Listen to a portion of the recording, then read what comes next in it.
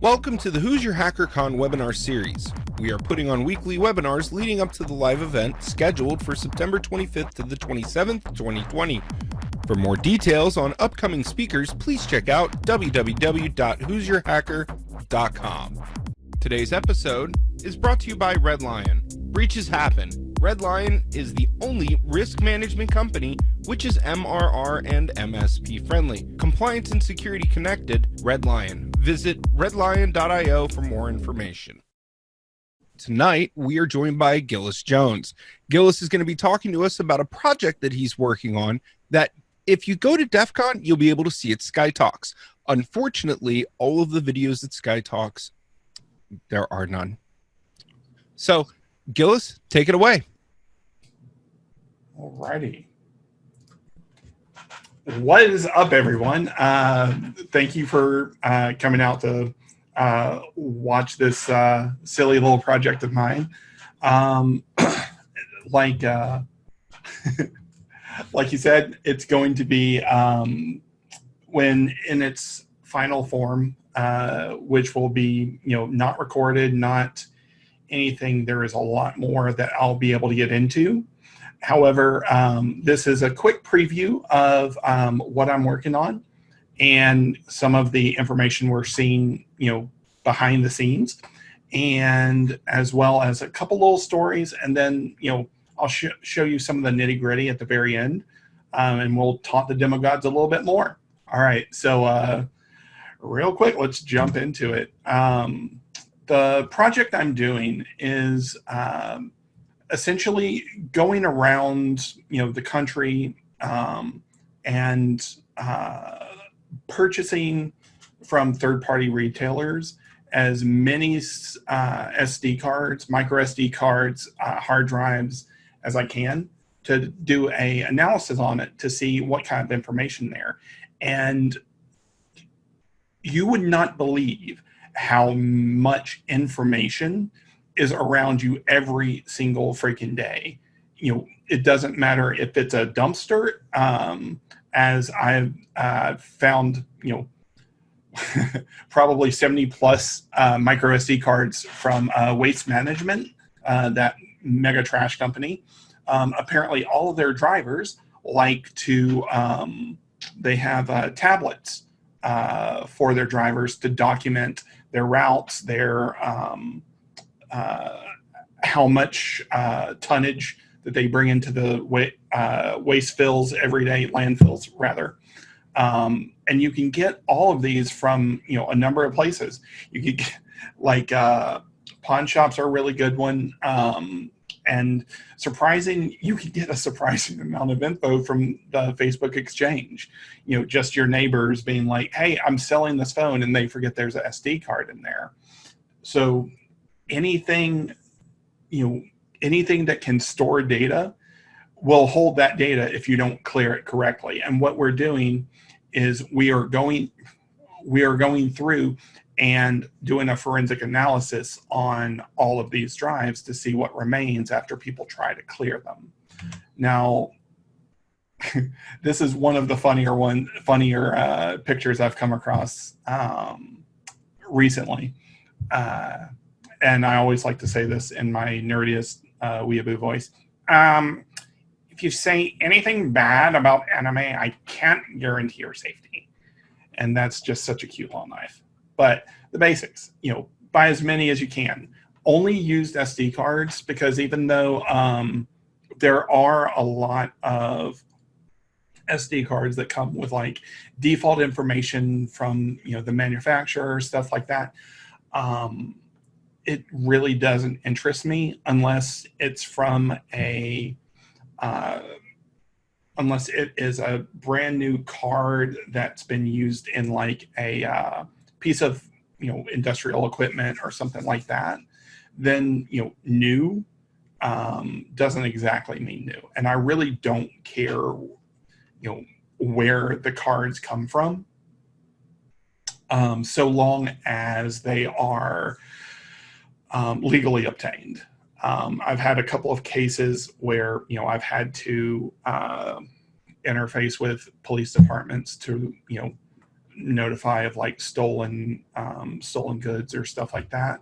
But that's the exception, not the rule. And those are pretty easy to suss out what the circumstances are around that. And I'll be going more into that in my larger presentation. And I really don't care where they're from.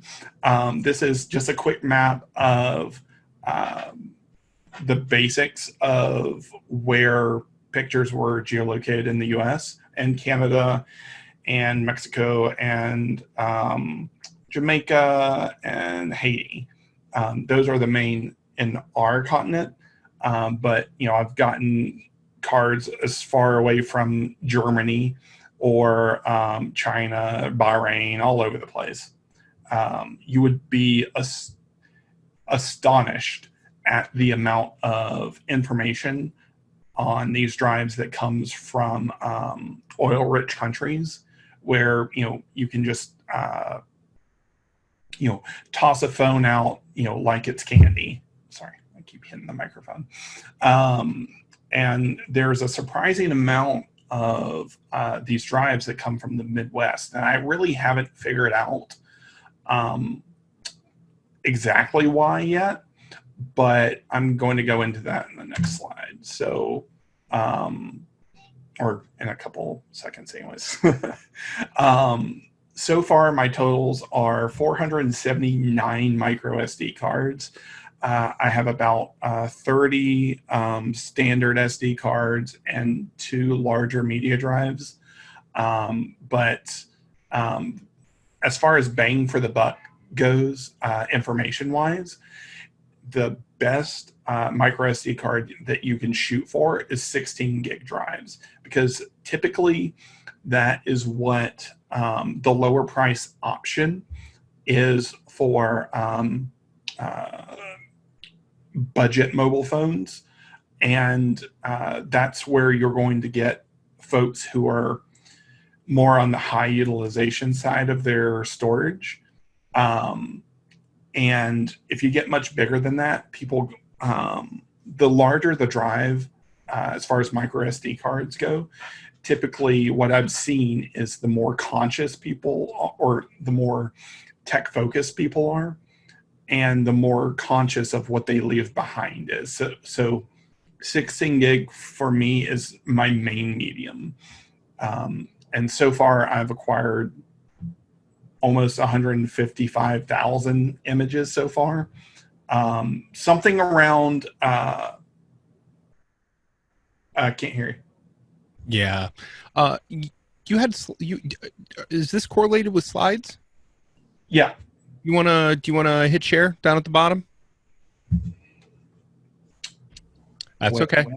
Well, well, you see what happened was, it's all good. You see what happened was, let me go back and just show you real quick. Can you see it now, Scott? Yeah, you're good. Okay. I haven't given a presentation in 5 years. Whee! So this is the map of the locations of where the pictures have come from. And those are all the countries over on the left-hand side. So, yeah, going back to it, along the lines of the geolocation of the pictures, something around, I think it's 20% of the photos actually have some sort of GPS coordinates associated to them. And that comes out to like 30-something thousand. But these are, I haven't pulled all of those pictures from the drives yet. It's going to take a while to do that, unfortunately. But eventually I am going to come up with a full map of where each picture came from. The oldest picture I've gotten is from 2001, which was I got a entire batch of iPac Pro cards. Give me a second here. Oh, that probably sounded terrible. So these are all old iPac Pro Kingston drives. It's it it really kind of struck me that I was seeing things from back before 9/11.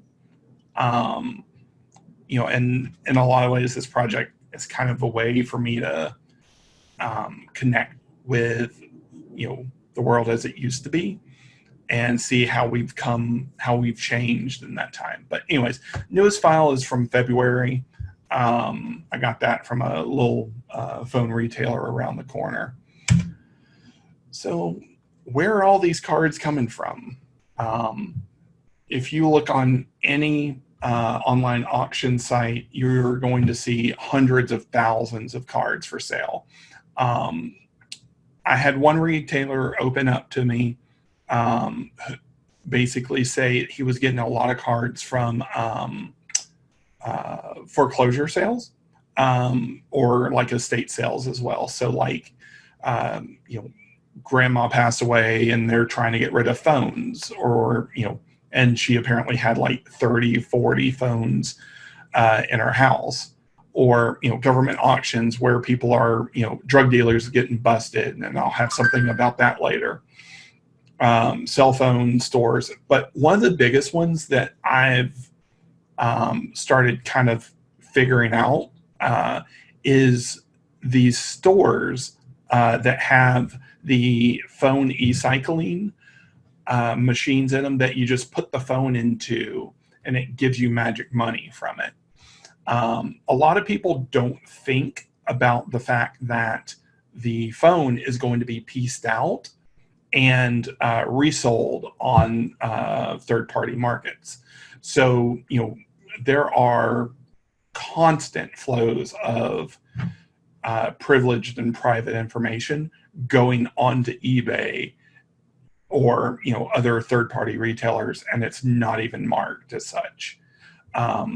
A lot of the third-party vendors do attempt to format or clear out the drives before they send them out, but more often than not, they're just doing a batch delete of any information that they can see in their file system and just ignoring any of the underlying data, which lets you recover tons of information.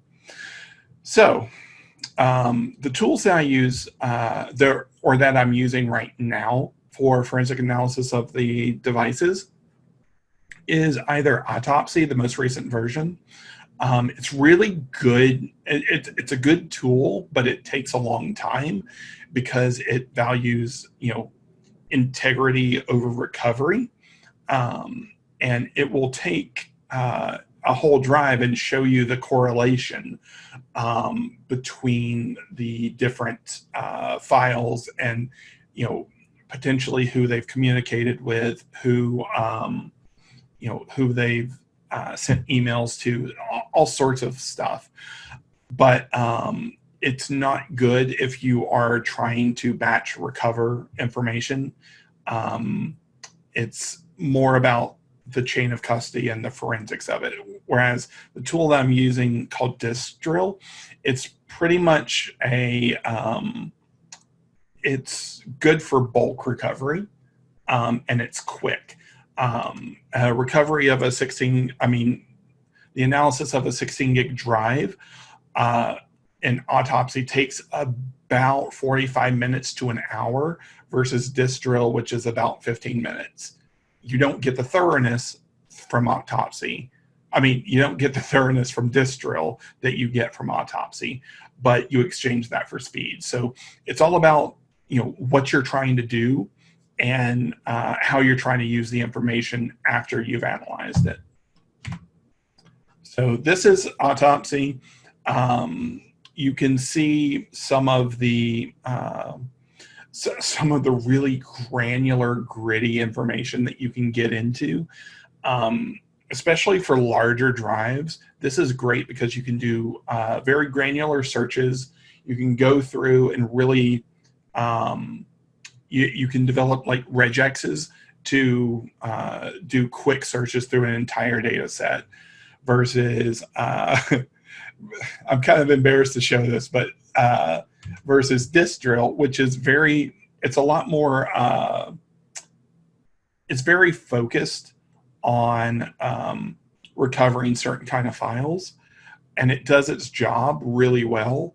But if you're trying to get into the nitty gritty of a, XML file, or, some sort of doc that you find on the drive, this isn't the tool for you. You're looking for Autopsy. And this goes without saying, but I have to tell anyone who will listen, if you have to take pictures of your personal information on your phone, delete it immediately and don't let it get backed up to the web, because the web is just as bad as selling your SD card to, Joe Schmo around the corner. It's just you don't get the advantage of knowing who Joe Schmo is. The cloud is just someone else's computer. It gets said over and over again, but don't trust the cloud with your information. And this is the sort of information that is getting sold, to third parties. This kid took a picture of, the a collections notice that he was getting, and you can see how much he owes, how much he's paid, everything. And you'll notice that as we go throughout this, there are a lot of areas where I've redacted, redacted information. And that's very, very important to note, because there's a lot of it. So along the lines of personal information, don't take pictures of your new password when you set it on Workday. That'd be great. If you have to write them down somewhere, don't take pictures of them, please. I mean, I can kind of understand this, but at the same time, delete your shit. I have so many people's driver's licenses, it's ridiculous. Oh yeah, this is a fun one. I understand that sometimes you need to take a picture of your credit card. You don't need 18 pictures of the same credit card. You can reuse those pictures. It's really easy. But this is more valuable information just floating around there. And these aren't just people taking pictures of the front of their cards. It's people taking it from different angles, different sides, so you can get the back three. It's nasty. Of course, you have to take pictures of all of your checks. It is absolutely essential that you do this. This. Drugs. This is one of the few, I'm going to say, sensitive areas that I'm going to show during this presentation. If you're going to be selling drugs, don't screenshot every one of your transactions. This guy on the left here, he took a picture of every single request that he got for Percocets, and actually set up different folders for different clients, so that he could figure out who his priority clients were, and denotated on the side of their name how many orders they had, so he could figure out who the important clients to respond to were. On the right hand side, it's just some what's the state where Seattle is? Washington. Just some Washington kids, lighting up some hash. And the guy in the middle here, this was in I guess what was a stash house of the place that I'm about to bring up here. So give me 1 second here, and I apologize for this. The stars at night are big and bright when you do math in Texas. All right. So as you do in Texas, everything's bigger, right? Well, I found the SD card of this guy who had a lot of phones. So anytime I see someone with a lot of phones, I get suspicious. But this isn't a lot of phones. This is a lot of phones. Now, you can see, some of these are broken. Some of them are in various states of purchase. And I saw this and I got really curious. So I started digging. Oh, maybe that's why he has all those phones? Maybe. So I saw little baggies everywhere and started getting really curious. And I just figured something didn't add up. And obviously, full disclosure, that's not an actual picture of the drug dealer. Just so you know, don't start calling me out. And this was his setup. You've got the statement book over here on the left that looks like it's been freshly written in to do all of your transactions. You got a little bit of weed, a little bit of meth in there, I think, and then that's heroin, I'm guessing, but I'm not 100% sure. But I saw that and noticed a certain thing that, it'd be a real shame. It'd be a real damn shame if we could figure out where this fellow lived. It'd be a real damn shame if that happened. This fella lived 2 houses down from not 1, but 2 schools. But wait, it gets better. 3 schools if you count the Friendship Baptist Church around the corner here. So this guy was selling to, let's say, interesting clientele. And, it'd be a real shame if someone, reported that. It'd be a real damn shame. But, thankfully we live in a world where nothing like that ever happens. So now let's get to something just a little bit more wholesome than guys dealing drugs to kids. Oh shit, sorry, that's the wrong picture. So what I meant to show you was, damn it, no. There's something, look, I don't need my PowerPoint judging me. Get off my back, PowerPoint. All right, so I want to tell you a little story about Laura's Loft. Laura and her husband lived, I'm not entirely sure, lived in Dayton, Ohio. And I came across, or just outside of Dayton, up in the top right corner, you can see them first setting up the Loft, which was a clothing retail. It seemed like it had been kind of her dream to do that, because there were all these fawning pictures of her with the clothes and testing them out and dressing up, and it was so heartwarming, but I couldn't fit all of them on here. So that's them setting up the sign. Down in the bottom left, after they purchased it, they started trying to repair the roof and everything, and they got it patched up mostly. As you can see in the middle here, this picture here, there's still a little gap in the ceiling, but they fixed it up mostly and got it stocked with with clothes and all sorts of goodies. And they finally opened it about 4 or 5 years ago, and I went.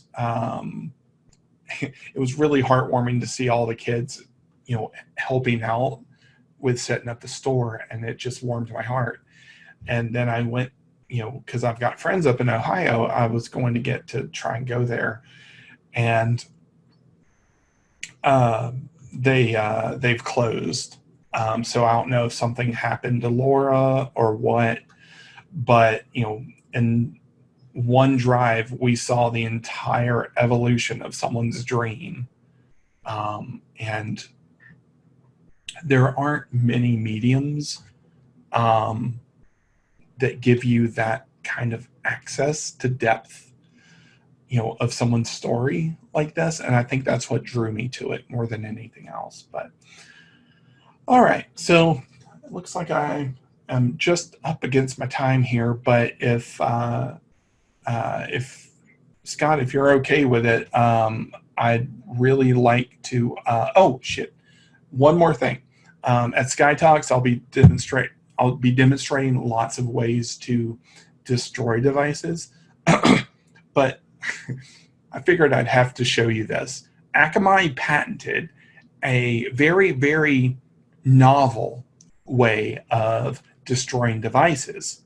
Would you like to know what it is? It's a motherfucking blender.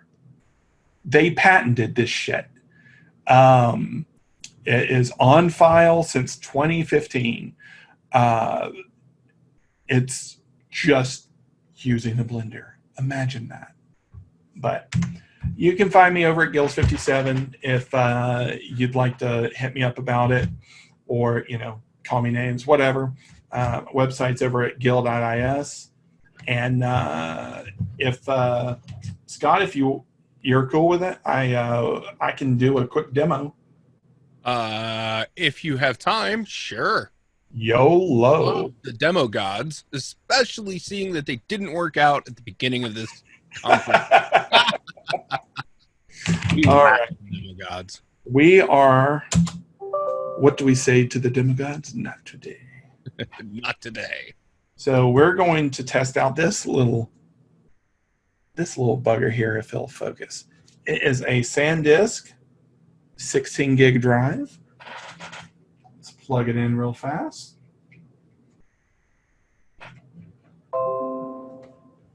Do-do-do-do. And can you still see it? All right. Yeah, you're using a program called Disk Drill right now, right? Yes. And this is the really quick one. It's good for it's really good for media. It's good for videos, stuff like that.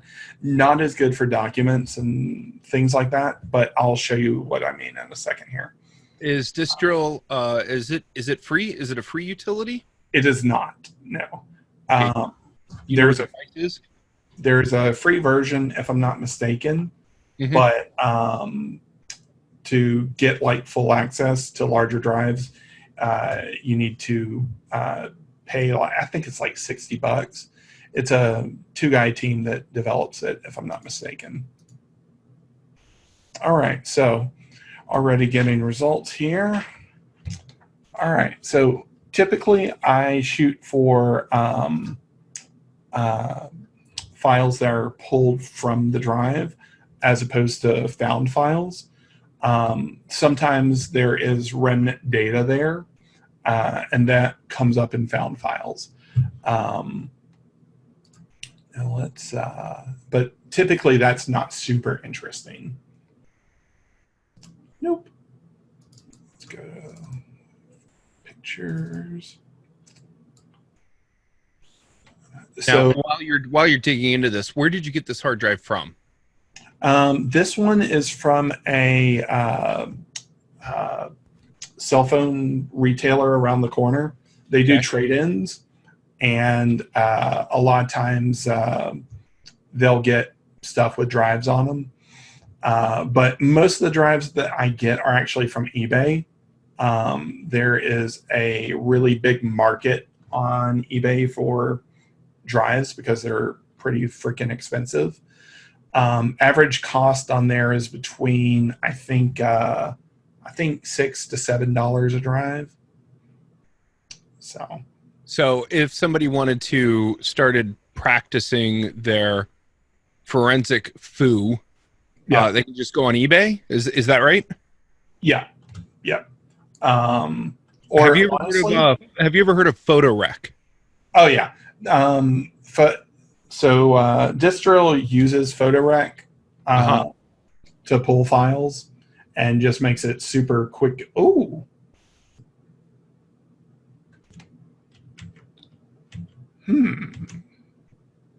that's definitely one of the larger stacks that I've seen. Yeah, he was fanning it out so it wasn't just like 100 and then a whole bunch of ones. Yeah, that's thick. Now, wait. Did I see something in the background there? Sorry, that I'm used to doing this, kind of silently. So give me a second here. I'm wondering. He's got lots of pictures of sneakers, so I'm wondering if he's maybe like a not a sneakerhead, but someone. I mean, obviously he's a sneakhead, but I wonder if he does like goes out and buys them for folks. Oh yeah, you see all the sneaker boxes down here. That's why I think that is. So, without knowing, you've looked at this drive before, yes? What's that? Have you looked at this drive before, or is this the first time you're going into it? This is the first time I'm going into it. Okay, so do me a favor and take this down. And let's stop screen sharing at this point. If you guys want to see more about Gillis's talk, you're going to have to visit him at Sky Talks. I want to be very cautious because this is going to go on YouTube. I want to be sure that like nothing really messed up, we get dinged for on YouTube. Yep. There's not enough eye bleach for that, Gillis. What's that? There's not enough eye bleach for that. So I most drives don't have anything like that, but yes, that's probably a good idea. Okay. So do me a favor and enlighten us with who you are and what your passion is. Like what makes you drive, right? I know personally, right, that you're into photos and you're into cyber, right? Yeah. But for those who don't know who you are, do me a favor and give us a little bit about your background, please. Sure. So sorry for not introducing myself, y'all. I always get so frustrated with folks who take 20, 30 minutes at the beginning of the talk talking about themselves, because like at the end of the day, we're not the important ones. We're not the important ones. We're the ones that protect the important ones. But my name's Gillis.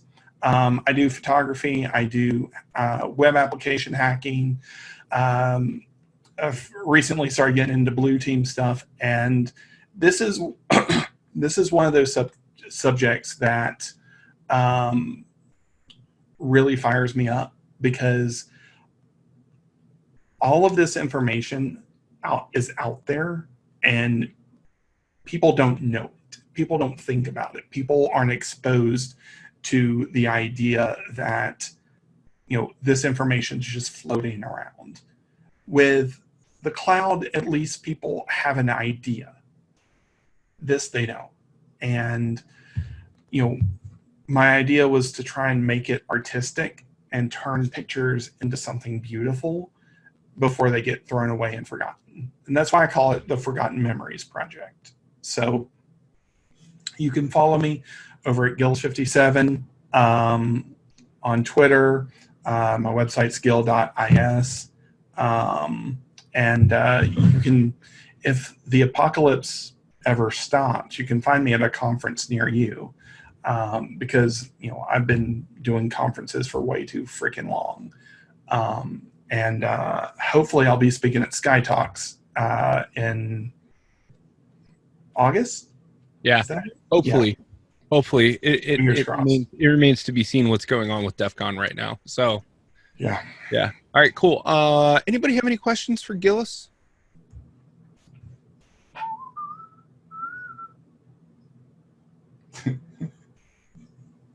The Q&A is silent. The chat is silent. And I will answer almost any question if you have anything. And you can always reach me at Gillis57 if you have questions or stuff like that. So, And that's Twitter, right? yeah. Okay. All right, cool. Well, Gillis, I want to thank you for joining us tonight. It's very insightful. This kind of deep dive into hard drives, a lot of people don't get to see, and it could be because of a multitude of things, right? They could be extremely busy. It couldn't be in their wheelhouse, but knowing how to recover data is always like part of the battle, right? Absolutely. And especially for our industry, because like, even if you're not blue team per se, we're always going to come across stuff, whether it's new vectors or, new infection methodologies. We're going to see folks, or we're going to see drives that have been cleared out, wiped. Knowing ways to get in there is really important. And that's one of the reasons I kind of got started with this. Boop. Okay. Well, hey, thank you for joining us. And if you want to see more, go check out the YouTube channel or go to who'syourhacker.com to see who is coming up next. For Gillis Jones, I am Scott Lyons. Thank you and good night.